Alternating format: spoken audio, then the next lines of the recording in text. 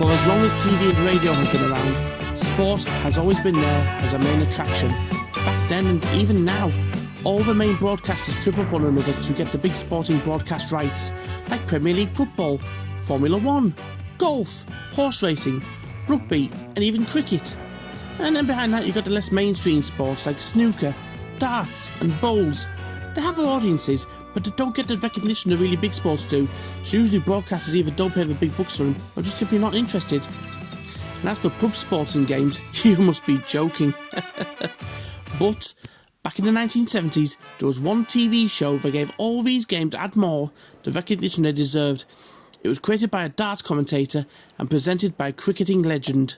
And it gave television exposure to all these people who cared passionately about the games they played, and it became something of a ratings winner as well. Hi, I'm Stuart Kenny, and today on a Nostalgic Thingummyjigger, we're looking at the Indoor League.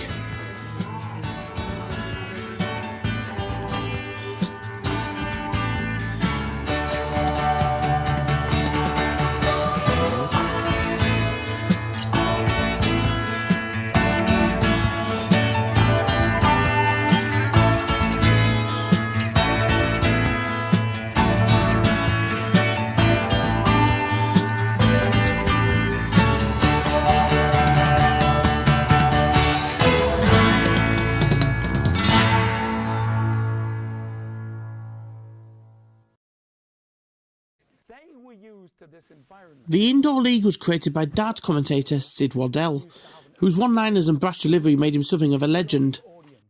Tungsten dreams on your telly! Darling, any chance of a cuppa?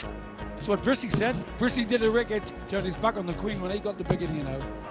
And going like a greedy gannet! A very, very great patch by Taylor. Sort of patch you see on a tramp's pants. What is the melting point of people's larynxes?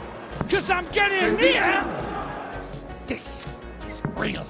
Proper darts, mate. Proper darts. But before all that, he was a producer of Yorkshire Television's nightly regional news programme, Calendar. And he also wrote episodes of the children's drama, The Flaxland Boys for Yorkshire. Now, darts and snooker had been covered on TV before. The BBC covered the last with Pop Black, but they didn't get the mainstream coverage bigger sports did. Grandstand and World of Sport would only cover them if they had nothing else. However, when LWT broadcast the 1972 News of the World Darts Championship, it proved to be a racing success. Waddell saw this and seized the opportunity and pitched a show to Yorkshire which would highlight darts and other pub games. Yorkshire liked the idea and decided to give it a go, with the first series being broadcast in the Yorkshire region only. All they needed now was somebody to host it, and I went with a true Yorkshireman, whose straight-talking narration would come to sum up the series in a cardigan with a pint of nut brown ale and a pipe. Cricketing legend Fred Truman. Fred Truman was a cricketer for Yorkshire and England between 1948 and 1968, and was acknowledged as one of the best bowlers in the game. Even Prime Minister Harold Wilson called him the greatest living Yorkshireman. Now, when sportsmen retire, they have a number of choices: either get a day job like everybody else, move into sports management, or they go into the media and become a commentator and or pundit. When Truman retired in 1968, he chose the latter and would do cricket commentary for the BBC for years to come. But he was looking for something else to present, and when Yorkshire came along with the Indoor League, Truman readily agreed. And he brought to the show a down-to-earth blokey mannerism using a deep Yorkshire accent which was completely different from the usual BBC English delivery. Now, Truman wasn't exactly what you call slick. He definitely wouldn't mince his words, and there was a sincere honesty to it. It was working class northern and proud of it. And Truman would sign off each ad break and show ending with a Yorkshire phrase, "I'll civvy," I'll civvy, which is deep Yorkshire dialect for "I'll be seeing you." be seeing you. Yes, thank you, but Freddie did it better. Series 1 ran for 6 episodes in the Yorkshire region from April 5th, 1973. Each episode would focus on different pub games. There was darts, played on a Yorkshire board, which, as you might have noticed, has no treble scoring segments. It makes it more difficult, but it also adds another level of skill, and skill is what goes into all the games covered on the Indoor League. There was also bar billiards, which, I'll tell you what, I'll let Freddie explain this one. With bar billiards is to score regular, 200, 50 and 100 holes, and pick up all you can on the easy holes at the top. But it's a whitewash if you knock a skittle over. So let's see how John Smith of Eckmondwike goes about dealing with the only lady in the Indoor League competition, Vera Poboreshek of Bradford via the Ukraine. Commentator is Keith Macklin. Did you get that? Never mind, you'll pick it up as it goes along. There was also Bar Skittles, which had its own rules. How do you play it, Fred? They really are artists. The idea is to swing a ball and knock down as many skittles as you can. There's 9 on the board, so theoretically Dennis Jones here could drop them in 1. But usually you see 4 or 5 go over. You get 3 swings each time. So, again, if you were brilliant, you could tot up 27 each time at the board. Winner is first man to 101. Commentator is Dave Lanning. Thank you. There was also the likes of pool, table football and arm wrestling, all of which pretty much go without explaining. And then there was Shove Halfpenny, another pub game that you usually see back in the day in any pub.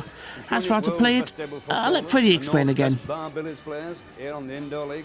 But now meet the stars of a game that matches the delicateness and the dexterity of the miniature portrait painter. You won't see Shove Halfpenny played much outside the south of England, but take it from me, blokes like Buffalo Bill here, who plays regular at his local near Scunthorpe, is straight out of the top draw. He's 9 chokes down in this first round match against the Durham champion, Alan Brown, who wants just 1 choke to win. So Bill is trying to slot those 5 coins into the top 4 beds of the table. Remember, he wants 3 coins in each bed to choke it off. 1 there, Bill.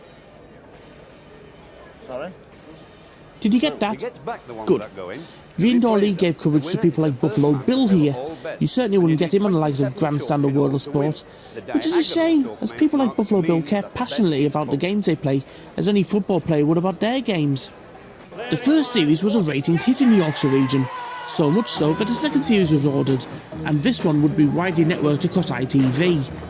To reflect this, the producers cast the net wider and looked all over the UK for more people to take part in the Indoor League, bringing in contestants from Scotland, Wales and even Ireland. Darts was done on a traditional dartsboard, and it wasn't just limited to the men. Oh no, they had a ladies tournament as well, and a mixed tournament as well, with Fred introducing them in his own inimitable way. Henry Pankhurst could have chucked arrows like that. There'd have been no need to go tying herself to the railings. What a charmer. They had sports commentators in like Dave Lanning and Keith Macklin as well. And for some reason, Bill Maynard, then starring in Yorkshire's hit sitcom Oh No, It's Selwyn Froggitt. Here he is showing up one of the new sports to the series, Cheese Skittles. This mark fed down here is called the mock. That is the mock. Now, it's also known as the hockey. Now, whether the mock came from the fact that it's the mark or it's a derivation from hockey, I don't know, but they call it the mock. Anyway, you have to stand behind this, and the cheese that are held like this, usually the thumb, aims towards where the pin is, and I'll show you how it's done, all right? Very gentle. Even Buffalo Bill returned. Taping took place primarily at the Irish Centre in Leeds, with the Queen's Hotel or Dragon Armour Hotel in Leeds also being used too, mainly for finals as it could hold bigger crowds. By the 3rd and even 4th series, the cast net even wider again for more sporting talent, eventually bringing in competitors from America, Canada, Australia and Sweden. It was a massive success. Fred Truman even got to appear on the cover of the TV Times in 1973. Although, as time went on, Fred went from being amongst the hustle and bustle in his usual attire with pipe and pint to doing it in the studio in a suit. The left-handers and the under 200-pound right-handers. Favourite for the last competition is reigning champion Clive Myers, alias Kid Chocolate. I'm sorry, what? Alias Kid Chocolate. Yeah, you definitely wouldn't get away with that now, but this is how things were back then. But sadly, nothing lasts forever. In 1976, creator and producer Sid Waddell jumped ship to the BBC, and with his creator gone, Yorkshire started to lose interest, and its ratings started to dwindle. After 6 series, in April 1978, the last halfpenny was shoved, and the Indoor League closed its doors forever. You have to remember that back in the 1970s, and indeed even before that, going down the pub was somewhere where you could socialise and indulge in friendly competition.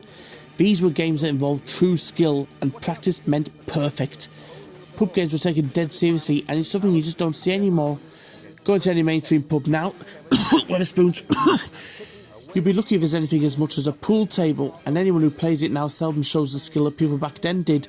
And it's working men's clubs who still carry on these old traditions, but are becoming few and far between. The Indoor League is a brilliant timepiece.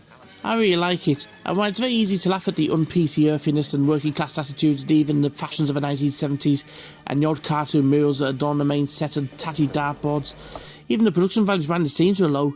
Look at this VT clock with a hand-drawn Yorkshire logo. There's a half-hour sincerity about it, but this is what passed for entertainment in those days before multi-channels and streaming and the internet. This is how people made their own entertainment, and they felt passionately enough about these sports and the people that cared about them, which a lot of nostalgia shows failed to grasp. Point and laugh at sports like this if you must, but the Indoor League gave these people their 15 minutes of fame, and it gave the games they played natural coverage. Don't forget that without the Indoor League, you wouldn't have the likes of Bullseye or even Big Break. Oh, speaking of which, a young John Virgo appeared on the Indoor League in 1973. So this was genesis for a whole subgenre of sporting TV. The Indoor League was a grandstand of pub games, and proud of it, because to those who appeared, arm wrestlers, cheese skittlers and shove halfpenny players like Buffalo Bill, these games were as important as any Premier League football game or Formula 1 race.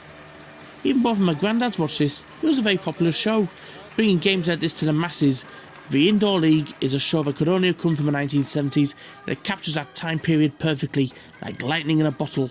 The choice of games, the fashions, and even offbeat choice of host. It's 70s Britain for all to see. Hull City. Thank you ever so much for watching. Please subscribe if you'd like to see any future episodes, and check out my Facebook and Twitter pages. I even have a Patreon account if you want to donate and get a credit in any upcoming episodes, or if you just want to see me do specific subjects. Bye bye for now.